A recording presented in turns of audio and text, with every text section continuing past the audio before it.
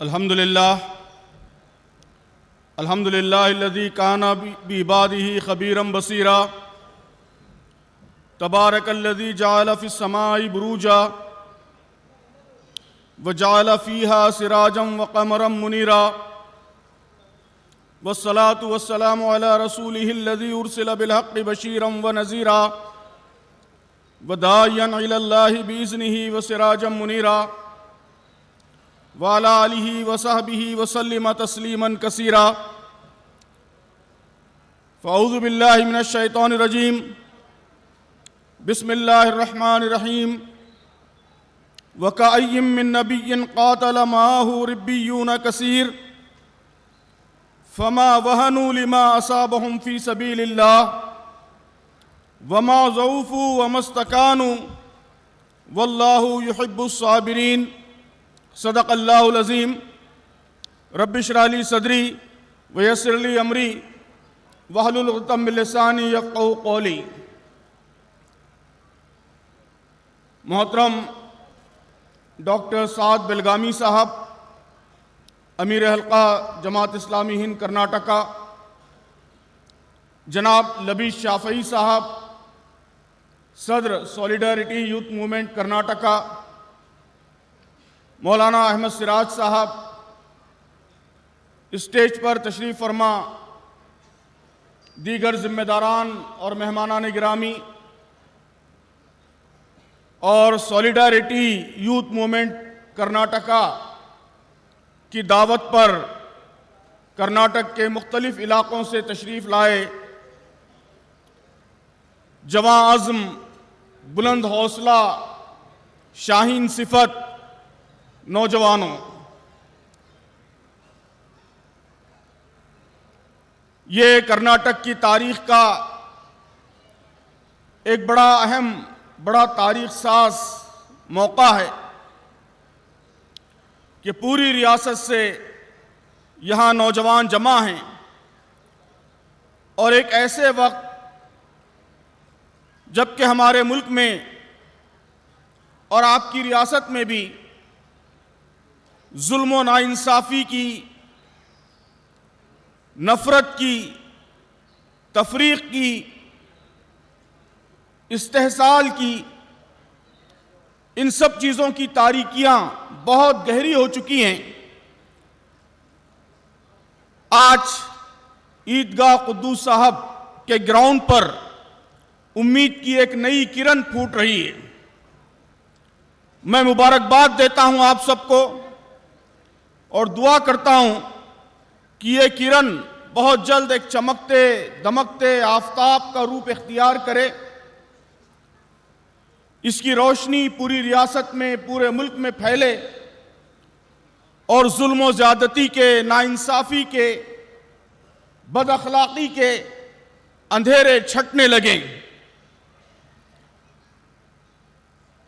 میں سمجھتا ہوں کہ یہ کانفرنس اور اس میں آپ سب کی بڑی تعداد میں موجودگی، ہمارے نوجوانوں کی بڑی تعداد میں موجودگی، یہ ملت اسلامیہ کے نوجوانوں کی طرف سے ایک طاقتور اعلان ہے، ایک پاورفل ڈکلیریشن ہے۔ یہ ڈکلیریشن ہے اس بات کا کہ ہم اپنے اصولوں پر پہاڑ کی استقامت کے ساتھ انشاءاللہ قائم رہیں گے۔ ہم حالات کا مردانہ وار مقابلہ کریں گے، ہم جھکیں گے نہیں، ہم ڈریں گے نہیں۔ اللہ تبارک و تعالیٰ نے جس مقصد اور جس مشن کے ساتھ ہم کو بھیجا ہے، اس مشن کی تکمیل ہم زندگی کی آخری سانس تک کرتے رہیں گے۔ یہ کانفرنس اس بات کا اعلان ہے کہ سنگ گراں ہے راہ میں حائل تو کیا، سنگ گراں ہے راہ میں حائل تو کیا ہوا، منزل چھپی ہوئی تو میرے حوصلوں میں ہے۔ تو منزل آپ کے حوصلوں میں چھپی ہوئی ہے، اور یہی آپ کا اعلان ہے، یہی آپ کا ڈکلیریشن ہے۔ کانفرنس کا مرکزی موضوع ہوپ، ڈگنیٹی، ریزیلنس، اس کے مختلف پہلوؤں پر صبح سے بہت سی اہم تقریریں آپ نے سماعت فرمائیں۔ ان تقریروں میں آپ کے اندر ان تقریروں کے ذریعے حوصلہ بھی پیدا کیا گیا، اعتماد اور یقین بھی پیدا کیا گیا، اور راستہ بھی دکھایا گیا کہ موجودہ حالات میں نوجوانوں کے لیے کرنے کے کیا کام ہیں، ان کے لیے لاہ عمل کیا ہے، ان کے لیے راستہ کیا ہے جس کے ذریعے وہ منزل تک پہنچ سکتے ہیں۔ عزیز نوجوانوں، ہوپ، امید، اس کو آپ نے اپنے تھیم کا پہلا گویا ٹائٹل، پہلا لفظ جو تھیم میں استعمال کیا ہے، ہوپ، امید۔ میں اس سے آگے بڑھ کر کہتا ہوں کہ امید نہیں، یقین پیدا کیجئے۔ ہر طرح کے حالات میں امید اور یقین، یہی اہل اسلام کا شیوا ہے۔ اسلام کے ماننے والے وہ کسی طرح کے حالات میں نہ کبھی ڈر کے شکار ہوتے ہیں اور نہ مایوسی کے شکار ہوتے ہیں۔ ابھی آپ کے صدر صاحب نے بھی یہی پیغام دیا کہ ڈر، خوف، مایوسی یہ اس ایمان کے منافی ہے جس کی وجہ سے میں اور آپ مسلمان ہیں۔ یہ ہمارے عقیدے سے ٹکراتا ہے، یہ ہمارے فیض سے، یہ ہمارے ایمان سے ٹکراتا ہے۔ مسلمان کچھ بھی ہو سکتا ہے لیکن مایوس نہیں ہو سکتا، ڈرپک نہیں ہو سکتا، وہ کسی بھی قسم کے خوف کا، ڈر کا شکار نہیں ہو سکتا۔ انما ذالکم الشیطان یخوف اولیاء، اللہ تعالیٰ قرآن مجید میں واضح کرتا ہے کہ یہ شیطان ہے جو اپنے دوستوں کا ڈر تمہارے اندر پیدا کرتا ہے۔ فلا تخافوہم وخافونی ان کنتم مؤمنین، ان سے مت ڈرو، مجھ سے ڈرو اگر تم اہل ایمان ہو۔ تو محترم دوستو، اس وقت ان حالات میں ہمیں یہ یقین پیدا کرنے کی ضرورت ہے، اپنے اندر بھی اور ملت کے عام نوجوانوں کے اندر بھی، کہ جو چیلنج ہم کو درپیش ہیں، جس طرح کے حالات کا امت مسلمہ کو سامنا ہے، یہ حالات کوئی نئے حالات نہیں ہیں۔ امت کی تاریخ اس طرح کے حالات سے بھری پڑی ہے۔ یہ اللہ تبارک و تعالیٰ کی مستقل سنت ہے کہ حق و باطل کی کشمکش یہ تاریخ کی مستقل دھارا، ایک پرماننٹ ٹرینڈ ہے تاریخ کا۔ وَتِلْكَ الْأَيَّامُ نُدَاوِلُهَا بَيْنَ النَّاسِ، کہ اللہ تبارک و تعالیٰ حالات کو بدلتے رہتا ہے۔ یہ کشمکش کبھی تیز ہو جاتی ہے، کبھی سست ہو جاتی ہے، کبھی اہل اسلام کا پلڑا بھاری ہوتا ہے، کبھی ہلکا ہوتا ہے، یہ اللہ کی سنت ہے۔ لیکن عزیز نوجوانوں، اسی کشمکش سے اللہ تبارک و تعالیٰ اس امت کی زندگی کا سامان فرماتا ہے۔ ستیزہ کار رہا ہے ازل سے تا امروز، چراغ مصطفی سے شرار بولہبی، اسی کشاکش پیہم سے زندہ ہیں اقوام، یہی ہے راز تب و تاب ملت عربی۔ تو یہ یقین پیدا کیجئے کہ یہ کشمکش، یہ حالات، یہ راز تب و تاب ملت عربی ہے۔ اس سے ہم اور طاقتور اور مضبوط بن کر انشاءاللہ نکلیں گے۔ بے شک حالات چیلنجنگ ہیں، لیکن جیسا کہ میں نے عرض کیا کہ اس امت نے ہمیشہ مشکل حالات ہی سے زندگی کی حرارت حاصل کی ہے، توانائی حاصل کی ہے، انرجی حاصل کی ہے، قوت اور طاقت حاصل کی ہے۔ انشاءاللہ یہ حالات بھی ہم کو اور زیادہ مضبوط اور زیادہ طاقتور بنائیں گے۔ یہاں صبح سے کئی دفعہ قرآن مجید کی مشہور سورہ علم نشرہ کی مشہور آیتوں کا بار بار ذکر آیا۔ فَإِنَّ مَعَ الْعُسْرِ يُسْرًا، إِنَّ مَعَ الْعُسْرِ يُسْرًا۔ آپ دیکھیے کہ اللہ تبارک و تعالیٰ نے اس آیت میں العسر کا استعمال کیا ہے۔ العسر، جو لوگ عربی جانتے ہیں انہیں معلوم ہے کہ ال کے ساتھ جب کوئی لفظ آتا ہے تو یہ پراپر ناؤن ہے۔ العسر، جبکہ یسر ال کے بغیر ہے، دو بار ہے۔ اس کا مطلب یہی ہے کہ ہر مشکل کے ساتھ دو آسانیاں ہیں، ہر چیلنج کے ساتھ ڈبل اپورچونٹیز ہے، ہر مشکل کے ساتھ ڈبل آسانیاں ہیں۔ تو جس چیز کو ہم چیلنج سمجھ رہے ہیں، جس چیز کو ہم مشکل سمجھ رہے ہیں، جس چیز کو ہم آزمائش سمجھ رہے ہیں، عزیز نوجوانوں، یہ یقین پیدا کرو کہ یہ آپ کے لیے اپورچونٹی ہے، یہ آپ کے لیے دوہرے مواقع ہیں، یہ آپ کے لیے ڈبل اپورچونٹیز ہے۔ انشاءاللہ اس سے اور زیادہ طاقتور بن کر آپ نکلیں گے، اور زیادہ تیزی کے ساتھ اپنے اثرات کو آگے بڑھائیں گے۔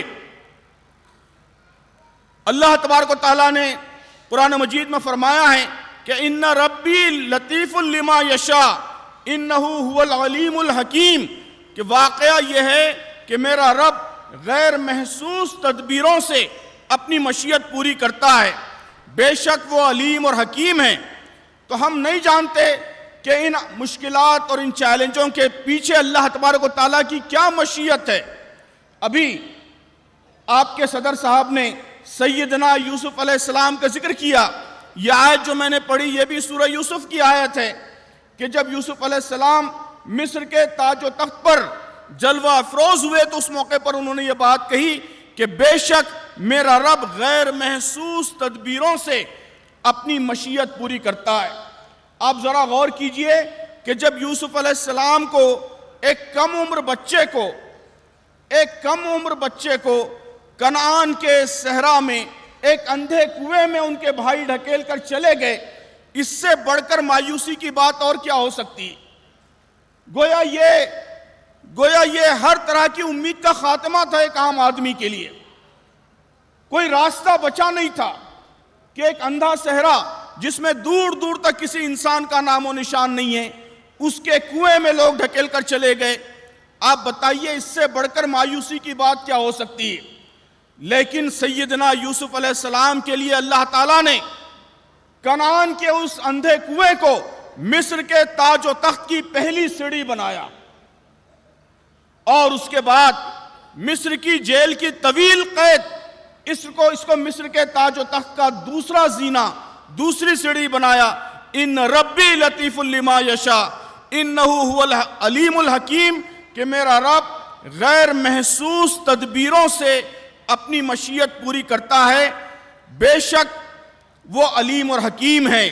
تو یہ یقین پیدا کیجئے کہ یہ اللہ تبارک و تعالیٰ نے جو حالات پیدا کیے ہیں وہ آپ کو اور زیادہ مؤثر اور زیادہ ایفیکٹیو بنانے کے لیے ہیں۔ آپ نے ایک عنوان رکھا ہے ریزیلنس۔ ریزیلنس کا کیا مطلب ہے؟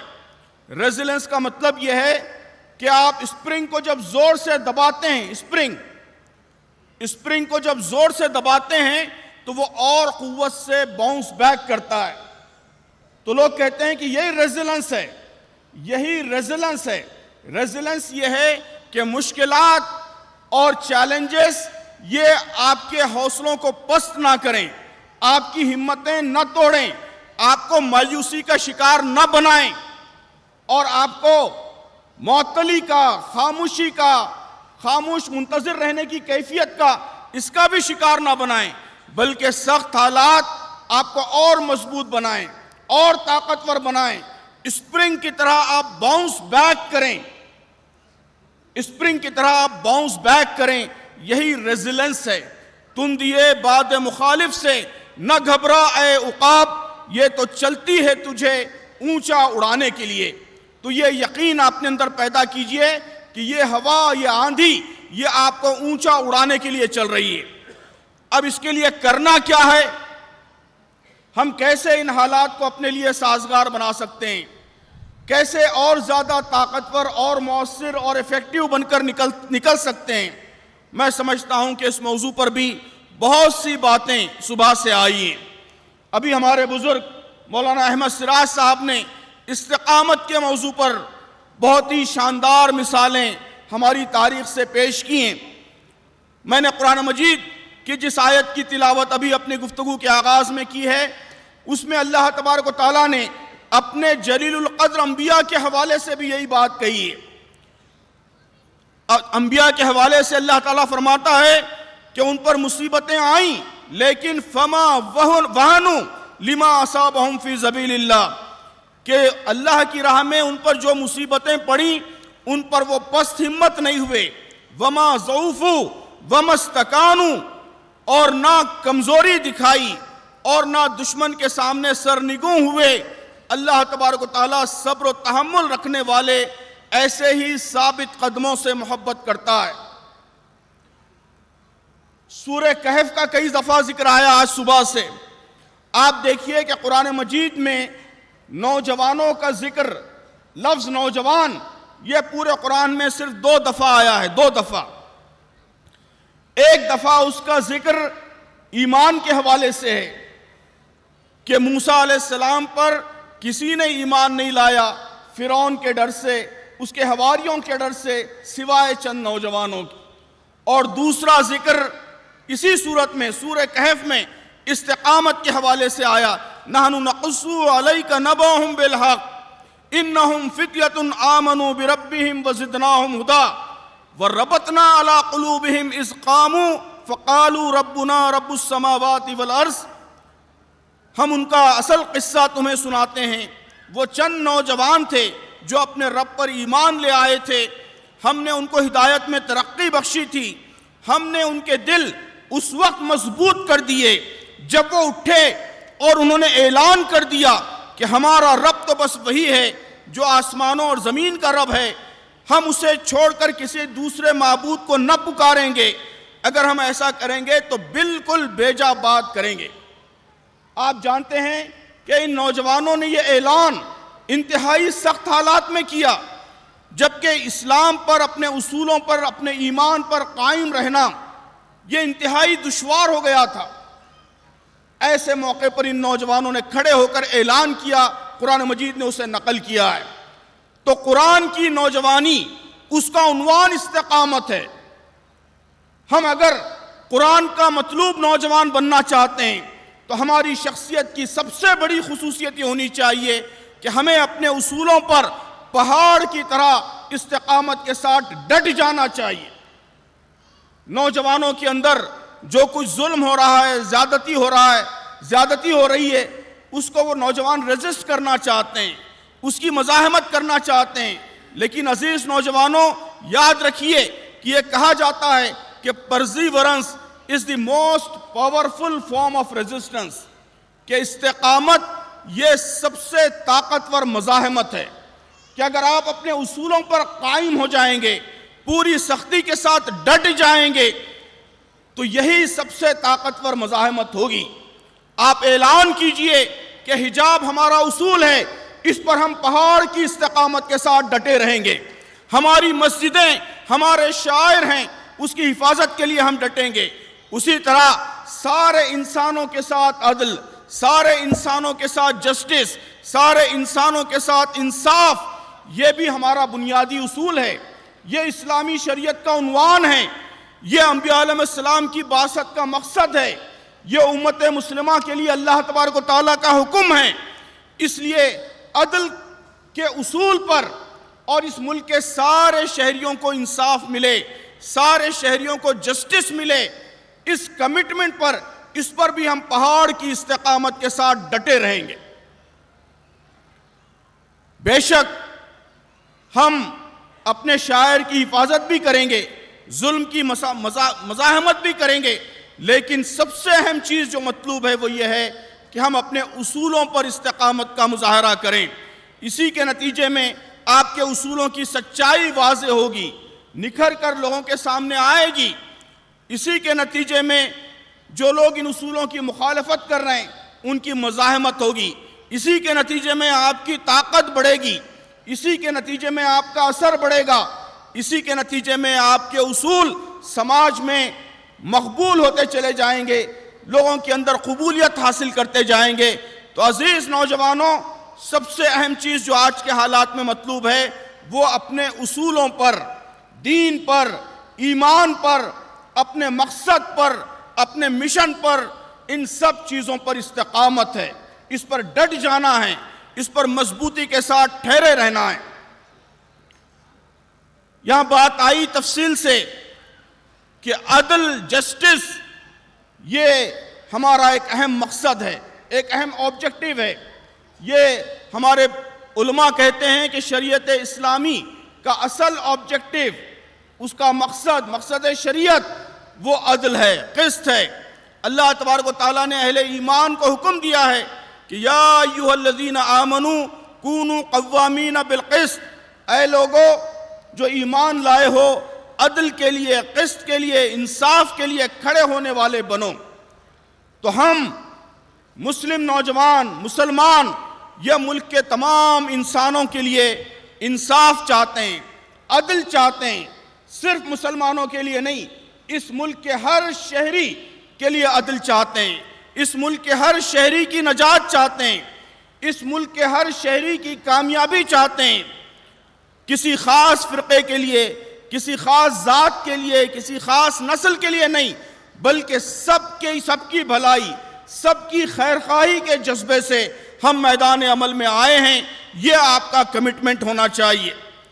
عزیز نوجوانوں، اس ملک میں فرقہ پرست طاقتیں، کمیونل فورسز، وہ یہی چاہتی ہیں، انسانیت کی دشمن طاقتیں وہ یہی چاہتی ہیں کہ آپ کو صرف اپنی سلامتی کے مسائل میں گرفتار کر کے رکھیں، ہمیشہ آپ فائر فائٹنگ میں مصروف رہیں، اپنے مسائل کو لے کر پریشان ہوتے رہیں، اپنی حفاظت، اپنا تحفظ، بس یہی چیز آپ کے دماغوں پر چھائی رہے۔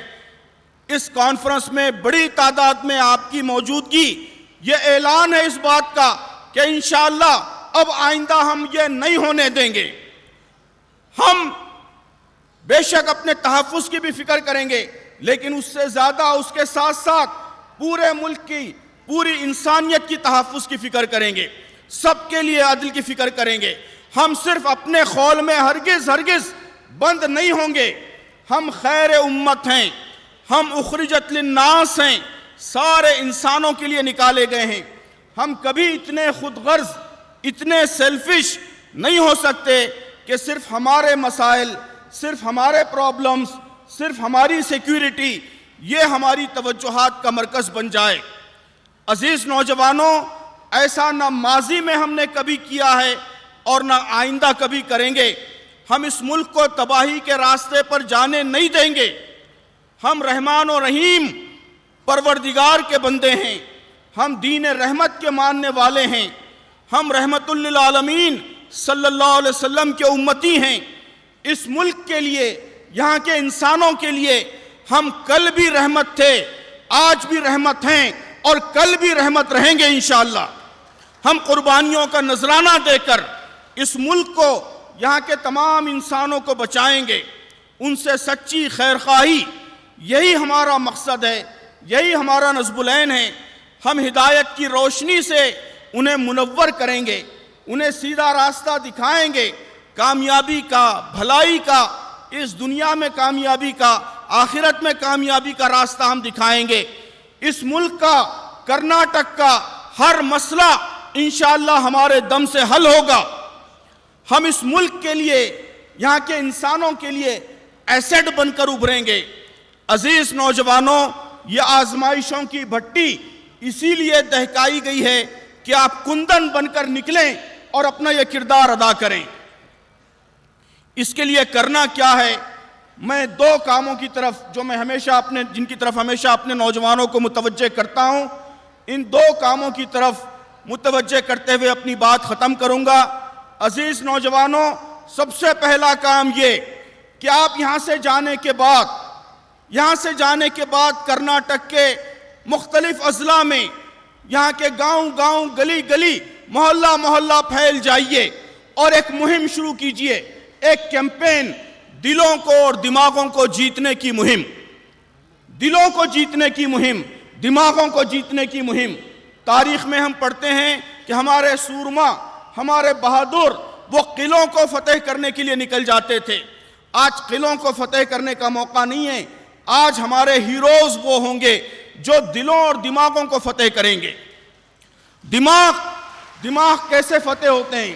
دماغ فتح ہوتے ہیں صحیح بات بتانے کے ذریعے، کہ آپ یہاں کے برادران وطن کو، اپنے غیر مسلم بھائیوں کو، اپنے ہندو بھائیوں کو، عیسائی بھائیوں کو، ہر فرقہ، ہر نسل، ہر مسلک، ہر مذہب کے ماننے والے بھائیوں کو سچائی بتائیے، اسلام کی حقیقت بتائیے، انہیں بتائیے کہ اللہ کے دین کا پیغام کیا ہے، ان کی غلط فہمیاں دور کیجئے۔ اسلام دشمنی، اسلام کی نفرت، اسلاموفوبیا کی جو فضا بنائی گئی ہے، اس فضا کو صرف سچائی اور سچائی کی تبلیغ اور سچائی کا کمیونیکیشن، اسی کے نتیجے میں آپ اس فضا پر قابو پا سکتے ہیں۔ تو دماغ فتح ہوتے ہیں سچائی کے کمیونیکیشن کے ذریعے۔ زیادہ سے زیادہ انسانوں کو سچائی کمیونیکیٹ کیجئے، یہ عہد کیجئے، گلبرگہ کے نوجوان عہد کریں کہ گلبرگہ میں آئندہ کوئی برادر وطن غیر مسلم وہ اسلام کو میڈیا سے نہیں سمجھے گا، ہمارے ذریعے سمجھے گا۔ اسلام کیا ہے وہ اسے اخبار نہیں بتائیں گے، ٹیلی ویژن چینل نہیں بتائیں گے، ہم بتائیں گے۔ ہمارے ذریعے اسے معلوم ہوگا کہ حقیقی اسلام کیا ہے۔ اسی طرح بلگام کے نوجوان، مینگلور کے نوجوان، اڈوپی کے نوجوان سب یہ طے کریں کہ ہماری بستی کے، ہمارے شہر کے لوگ وہ اسلام کیا ہے وہ ہم سے معلوم کریں گے، ہم بتائیں گے انہیں، میڈیا نہیں بتائے گا۔ جس دن عزیز نوجوانوں، جس دن یہ کیفیت پیدا ہو گئی کہ یہاں کے لوگ اسلام کو آپ سے جاننے لگیں، آپ انہیں اسلام کیا ہے یہ بتانے لگیں، میڈیا نہیں بلکہ آپ کے ذریعے اسلام کی حقیقت ان کو معلوم ہو، یقین مانیے آپ کے بہت سے مسائل حل ہو جائیں گے۔ تو دماغ جیتنے کی مہم اور اسی طرح دل جیتنے کی مہم، دماغ صحیح بات کمیونیکیٹ کر کے جیتے جاتے ہیں اور دل خدمت کے ذریعے جیتے جاتے ہیں۔ یہاں آج صبح مختلف لوگوں کو آپ نے ایکسلنس کے ایوارڈ دیے، اچیومنٹ کے ایوارڈ دیے، یہ سب وہ لوگ ہیں جنہوں نے خدمت کے ذریعے انسانوں کے دل جیتے ہیں۔ سولیڈیرٹی کا ہر نوجوان ایسا ہی روشنی کا مینارہ بن جائے، خدمت کا مرکز بن جائے، خدمت کا سرچشمہ بن جائے، اس کے دم سے بستیوں کے مسائل حل ہوں، دیہاتوں کے مسائل حل ہوں، شہروں کے مسائل حل ہوں، تو آپ دل جیتیں گے۔ دلوں کو اور دماغوں کو جیتنے کی مہم، یہ میرا پہلا مشورہ ہے۔ دوسرا مشورہ عزیز دوستو وہ یہ ہے کہ ہمیں اپنے آپ کو مضبوط بنانا ہے، طاقتور بنانا ہے۔ مضبوط بنانے کے لیے، اپنے آپ کو طاقتور بنانے کے لیے سب سے زیادہ اہم یہ ہے کہ ہم اسلام پر عمل کرنے والے بنیں، ہمارے رویے سے، ہمارے کیریکٹر سے اسلام کی شہادت ہو۔ تو سولیڈیرٹی کے نوجوانوں کو دوسری مہم جو چھیڑنی ہے وہ یہ کہ امت مسلمہ صحیح معنوں میں اسلام کا نمونہ بنے۔ ہماری بہن فاطمہ صاحبہ نے تفصیل سے بتایا کہ اسلام کی کن تعلیمات سے وہ متاثر ہوئی۔ عزیز نوجوانوں، آپ اس بات کو یقینی بنائیے کہ ہر مسلم گھرانے میں، ہر مسلم فیملی میں اسلام کی ان تعلیمات پر عمل ہونے لگے۔ انہوں نے بتایا کہ قرآن مجید میں اور اسلامی لٹریچر میں انہوں نے پڑھا کہ اسلام میں جہیز کی کوئی روایت نہیں ہے، کوئی رواج نہیں ہے، اس کے مقابلے میں مہر کا حکم اسلام دیتا ہے۔ آپ ذرا غور کیجئے کہ اگر صحیح معنوں میں ہمارے معاشرے سے جہیز کا رواج ختم ہو جائے، صحیح معنوں میں مسلم معاشرے میں یہ ایک عام مسلم خاندان کی یہ تصویر بن جائے کہ یہاں ہرگز جہیز نہیں لیا جاتا، تو یہ اسلام کی کتنی بڑی طاقت ہوگی، کتنی بڑی کشش ہوگی۔ تو ہمارے خاندان، ہماری خواتین، ہمارے بچے، ہمارے نوجوان، یہ سب اسلام پر عمل کرنے والے بنے، یہ دوسری مہم ہمیں چھیڑنی ہے۔ اور اسلام پر عمل کے ساتھ ساتھ تعلیم میں ہم آگے بڑھیں، معیشت میں آگے بڑھیں، صلاحیتیں پیدا کریں، اسی کے ذریعے آپ کو طاقت ملے گی، قوت ملے گی، اثر ملے گا۔ جو ولنریبلٹی ہے، جو کمزوری ہے، جس کی وجہ سے ظلم آسان ہو گیا ہے، وہ ولنریبلٹی ختم ہوگی۔ تو مجھے اس موقع پر یہی دو گزارشات آپ کے سامنے کرنی ہے۔ پہلی گزارش یہ کہ دلوں کو، دماغوں کو جیتنے کی مہم چھیڑیے۔ کیا آپ سب یہ مہم چھیڑیں گے؟ کیا گلبرگہ میں، بیجاپور میں، بیدر میں، مینگلور میں، اڈوپی میں، ہاسن میں، شیموگا میں ہر جگہ دلوں اور دماغوں کو جیتنے کی طاقتور مہم کل سے یعنی 19 دسمبر سے شروع ہو جائے گی؟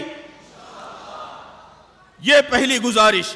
دوسری گزارش، اپنے آپ کو اونچا اٹھائیے، پوری امت کو اونچا اٹھائیے، اسلامی اخلاق کے اعتبار سے، تعلیم، معیشت کے اعتبار سے اس کی مہم چھیڑیے۔ کیا یہ مہم بھی آپ چھیڑیں گے؟ اگر یہ دو مہمات یہاں سے شروع ہو گئی کل، تو انشاءاللہ سولیڈیرٹی کی یہ کانفرنس 18 دسمبر کا آج کا یہ دن، یہ کرناٹک کی تاریخ کا ایک تاریخی دن ہوگا، ایک ہسٹوریکل ڈے ہوگا. یہاں سے ایک نئی تاریخ کا انشاءاللہ آغاز ہوگا. میں اللہ تعالیٰ سے دعا کرتا ہوں کہ آپ کو ہماری ان امیدوں پر پورا اتارے، آپ سے بیش از بیش کام لے اور سولیڈیرٹی یوتھ موومنٹ کرناٹک میں ایک نئی تاریخ رقم کرے، یہاں کے منظرنامے کو بدلے اور یہاں ہدایت کی روشنی سے اس پورے علاقے کو منور کرے. آمین. وآخر دعوانا ان الحمدللہ رب العالمین.